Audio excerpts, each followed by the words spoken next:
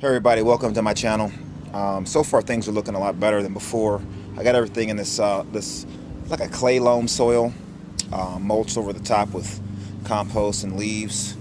Things are looking a lot better compared to other parts of the garden where I'm trying to establish the soil. This is the longest standing bed so far with I guess the most sand in it. It gave me a good crop first year as well, but it was sweet potatoes. Sweet potatoes are normally really easy, but again, it gave me a really good crop from first year all the way till today.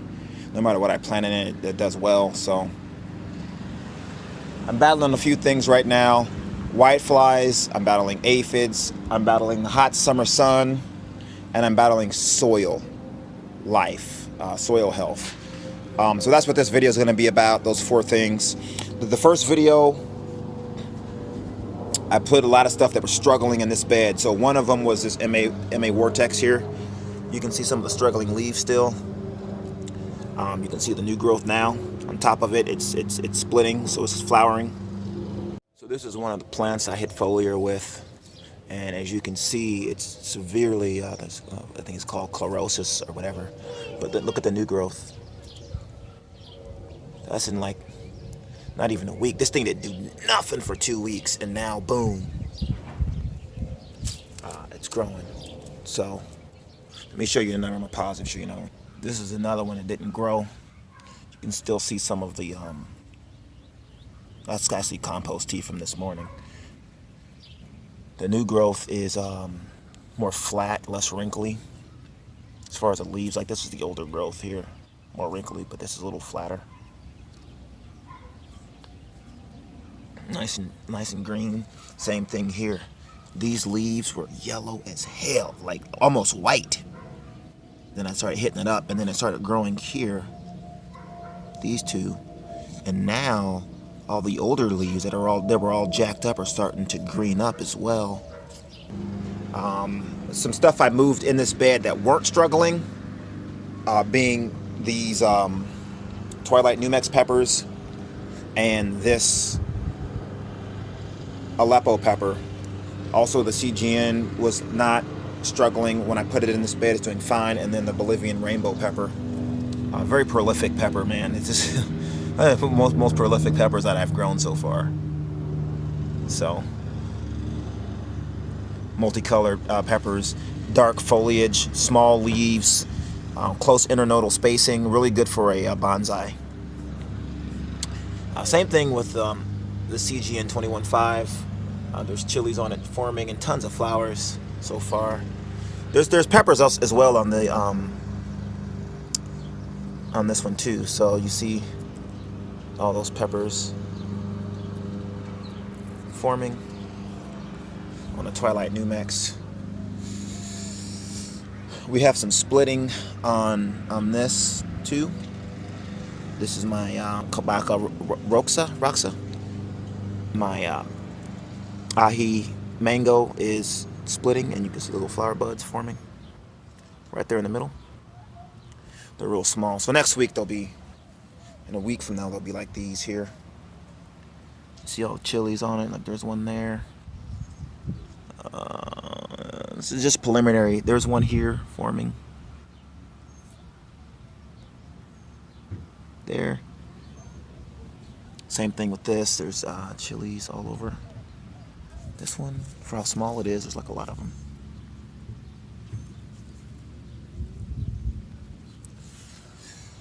So we got flowers on this. Tons of flowers on my black habanero. Not to be confused with the chocolate hob. It's different. CGN, tons of flowers. So compared to my last video, these are way bigger than they were before.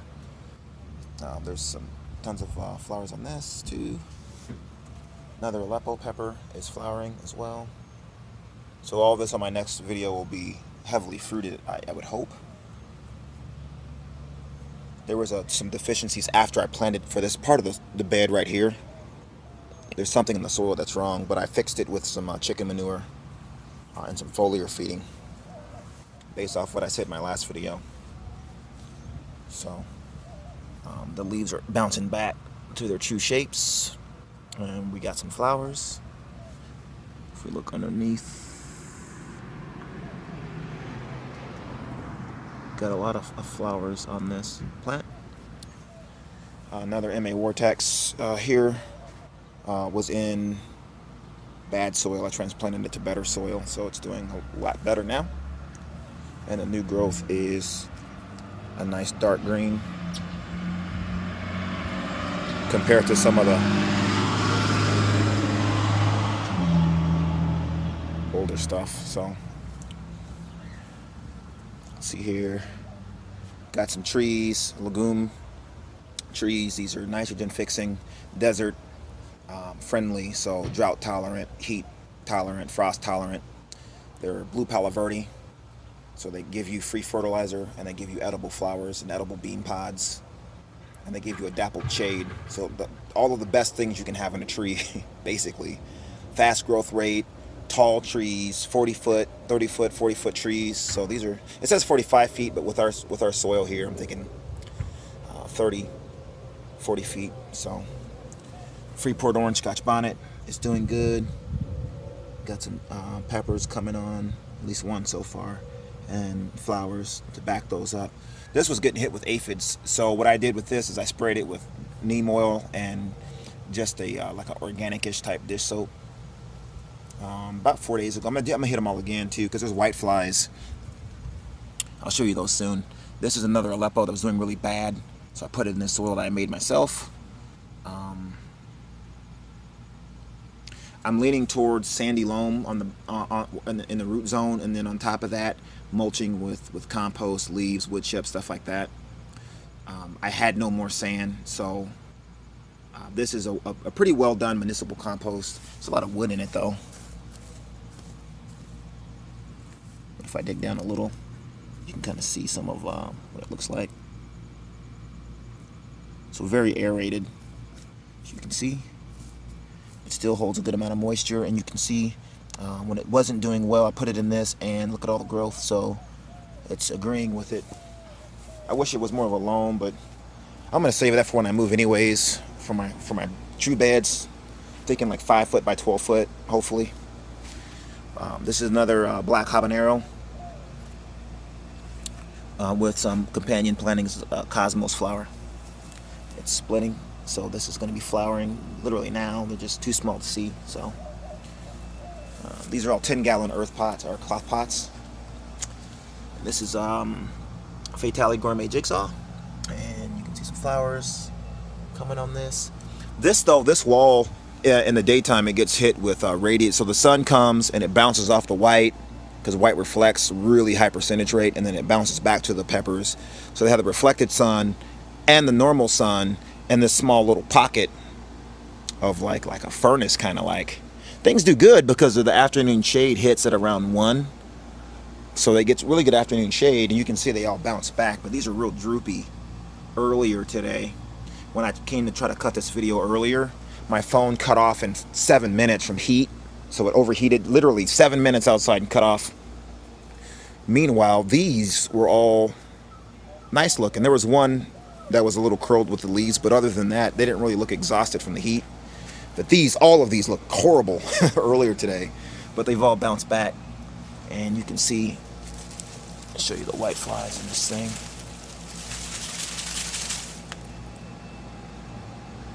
See some of them flying around a little bit. So I got to spray. They suck this thing dry. See all the spots on the leaves? It's my tomato plant. Shouldn't have let them get that bad, but they weren't really affecting the peppers. So I haven't sprayed till like 4 days ago. This is my BTR Scorpion over winter. A lot of the newer growth is a darker green. So it's coming out of some kind of deficiency or something, I don't know. It does have Reaper in its lineage, and Reaper likes it really hot. And I had this thing out here when it was in the 40s, so it might be bouncing back from that. My Bohemian goat has a chili on it and several flowers, but this one though, the flowers are dropping, so I don't know what to expect as far as any additional flowers, or I'm sorry, any additional peppers. So that's this bed here. Things are looking okay with the plants. So right now it's going to be caterpillar season soon. So I'm hitting everything up with neem, maybe once every week or two. I try to plant cosmos flowers to bring parasitic wasps in as well to kind of help combat some of those caterpillars. So we're going to have caterpillars all through the summer, and then come like October, we're going to start getting hit with those tomato hornworms, which are basically like caterpillars like this long, really fat. So we're gonna have those on top of it. Got a Crenshaw melon, really tasty melon called a Crenshaw melon. One of my favorite. Fell in love the second I tasted it. So I don't know what this variety is, but it also has a lot of peppers. In the middle of the day, again, these leaves look fine. They're not all drooped down too much. So I'm thinking that these are gonna fruit a lot more than those will over there. I think those might even stop fruiting until October time, but I think these will be good. So, and just to give you an idea of what the soil looks like. Dig down. This is the mulch layer.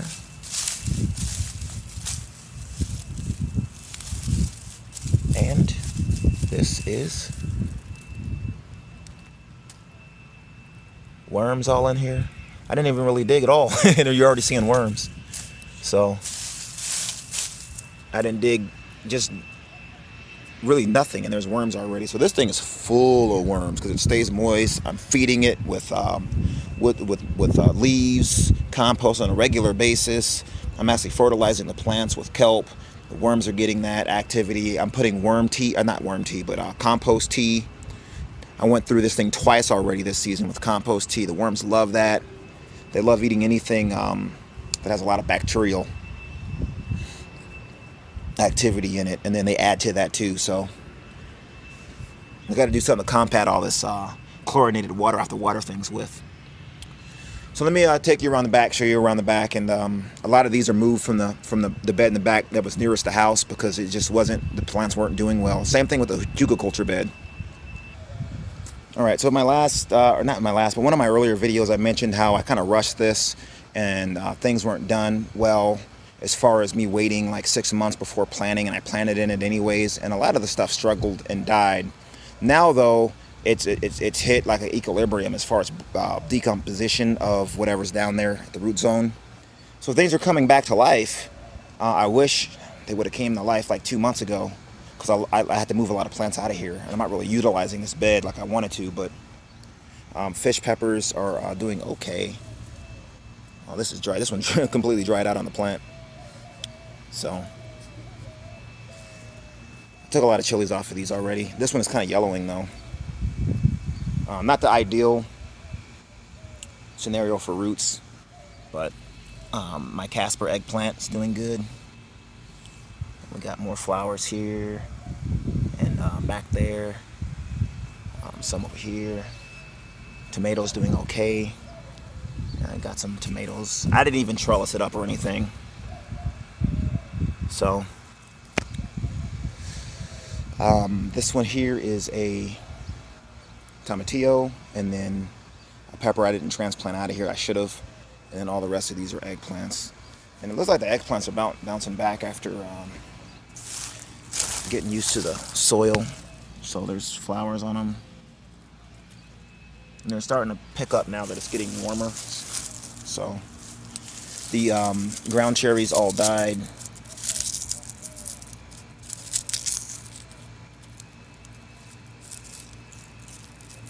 Because if I wanted to collect seeds, there's some seeds here, but I got seeds in the fridge still. So that's this bed. Hugelkultur bed didn't work out too well. If I waited maybe another 2 months, it would have been better, because things, again, they're bouncing. Like of the 3 tomatillos, this one was one of the smallest ones. This one was the largest one. That one died.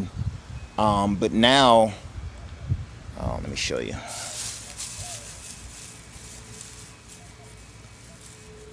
That this is all broken down a little bit more. It's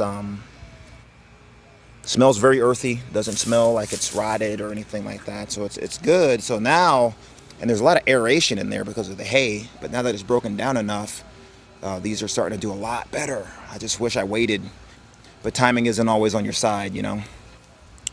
So there's that bed. There's this bed. The grass is greening up. Fertilized it too and seeded it a little bit. This bed I moved a lot of peppers out. So I remember, I don't know if you remember all the big broccoli that were there and the big collards that were there. There's still some collards here. This one is dying because I'm letting it go to seed because this was my strongest one. So there are the seeds there, my strongest collard green, strongest broccoli plant. Taking seeds off both of those. Every year, the strongest one's what I'm going to save seeds on, so every year my stuff's going to get stronger and stronger for this intense summer heat. The cabbage didn't do too well. The dinosaur kale didn't either. Every day, and I watered it this morning, but every day it withers down because of the heat. This was a hugelkultur bed that you saw earlier in the video. This is doing fine, but it's just too hot. Near these white walls, the reflected sun. See flowers on it. And I already picked a lot of flowers off of this before too, and they're pretty hot. They surprised me how hot they were. This one is splitting, but I don't know if it's gonna fruit or I don't know. But there's that bed.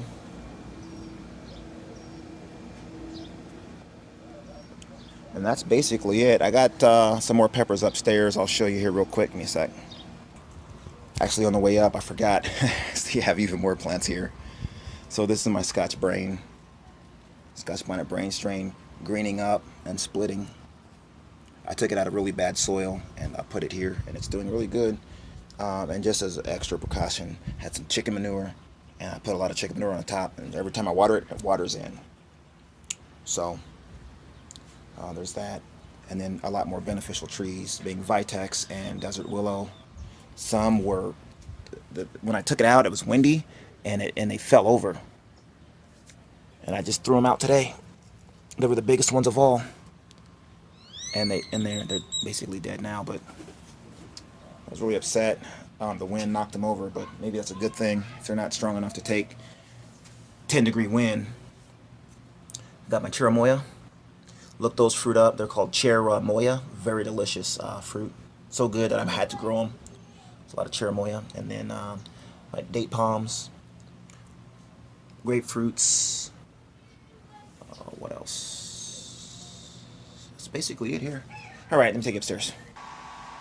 All right, this was like a just for fun type thing. So I'm growing some chulahakle negro peppers. Some more outside. I'm growing ahi, panca. Got a few of those. Some sweet apple peppers. All three of those are from Refining Fire Chilies. I got a few more. Cherimoya growing as well, and reused cups. 2 of these for one of my co-workers here. Saving those for him. Got a Mexican lime. These 2 and those 2 there are Genghis Khan's brain. I want a tongue burner, like a really violent tongue burner, but not like a stinging burn. It is a violent burn though. But yeah, so Genghis Khan brain, more date palm from seed. So what I'm doing here is I'm growing them under this light, and I have another light. Let me building. I'm sick of buying pre-built lights for double the cost, so I got some cobs here. Chip on board. These are Citizen 1212. 4,000 Kelvin, a good veg light slash maybe a flowering. Hopefully I'm thinking they'll flower too, and we'll see what happens. But so what I'm thinking is that those will veg everything that I need to veg with, because the blue spectrum on these 4,000 Kelvin cobs are really high. The blue spectrum, the reds are pretty high too, but not like a 3,000 or 2,700 Kelvin lamp would be. But I'm thinking that because of what kind of plants I'm growing with these lights, that a 4,000 will still fruit pretty well. So that's my whole theory on that. I'm going to get some heat sinks for them soon, and a driver, LED driver to power them. A couple like it's like a, instead of being like a pole, it's like an L shape, aluminum. That's the length of whatever you need, for your structure. So I'm gonna get some of that off Amazon. Make the light about 2.5 foot by 2.5 foot, with one being in the middle and 4 in the corners. So it's gonna do this whole spot, but it's gonna probably be able to come out to like here. So all of this, all the way back, will be plants, and I'll have to build a new table to fit everything on there. It's gonna pull 320 watts at the wall. So I'm gonna pay about $3.50 for it, so $1 a watt.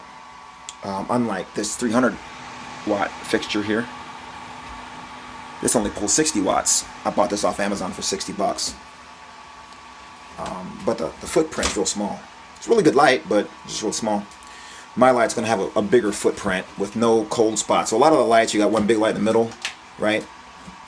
And then you get a hood to kind of reflect the light as best as possible. Whenever the light reflects off the hood back down, you're losing photons and converting those photons into heat. So I'm just gonna spread my cobs out, spread my light sources out. I'm not gonna really use a reflector per se, like on the back end of the light. There'll be reflectors on the side forcing the light down, but that's about as far as I'm gonna go. And then I'm gonna put 320 watts in this room. And it's all about the power, so I'm hoping that the power levels on this, the photosynthetic, I guess you could say, like the power of the light, the power I want it to be around 600, I'm hoping, which is a lot higher than the old crappy T5s are. So I still got that one on Craigslist for sale. If you guys want one, sell $50. Let me know. I did get these really big avocados from Lily's Market. Really big, light green, like a real smooth skin one. And 2 of them took. So here's one avocado. I'm still waiting on the stem from this one. Still in water for now, till the stem pops. So I'll have 2 avocado trees, but not normal Hass avocados. These are massive avocados. So that's it. So just what I'm battling is heat. When I get my new house, not anytime soon, I'm trying to put my beds away from walls, or if the walls are, I'm trying to paint them not white or not black, but like something in the middle. It has to be near a wall, or better yet, trellis a vine up the same wall and then grow. That way the vine reflects the heat and it doesn't penetrate the house, keeps the house cooler. I can eat from the vine if it's like a passion fruit vine. And then on top of it, the vine will shut down the reflected sun to my garden. So I'll do that, or obviously the trees I'm growing for shade. These are all planning, for years in the future, planning ahead.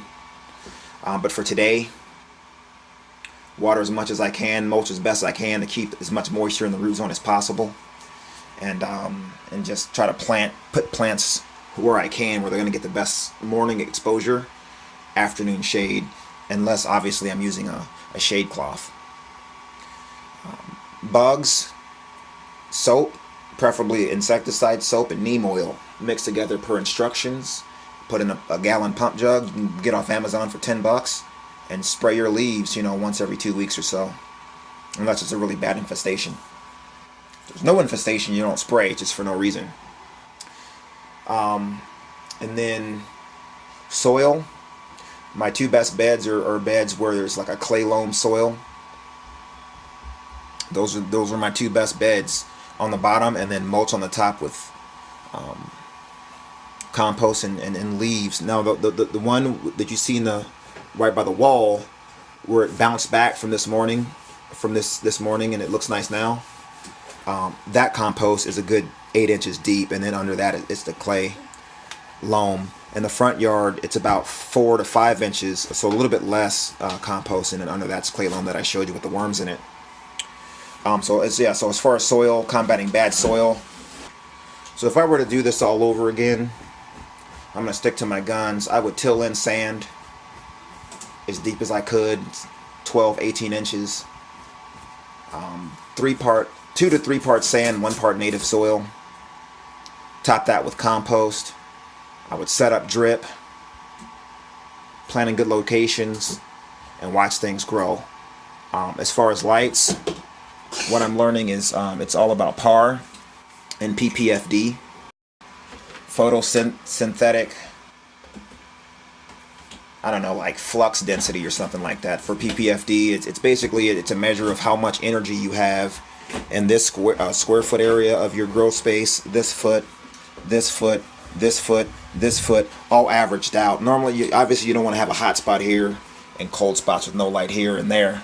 You want it all to be even, which is why you want to spread your lights out. But when you're looking at lights for a grow tent, look at PAR and PPFD for the grow space size that you want. So if you're going in a 2x4, 3x3, 4x4, 5x5, 4x8, 5x9 tent, make sure the lights you get will get you the PPF of what you want. So 400, at least 400 average across your tent or across your grow space with no hot and cold spots, or at least the least amount of hot and cold spots as possible, and you'll do very well. So I've been struggling with several mistakes, but one of them has been low light.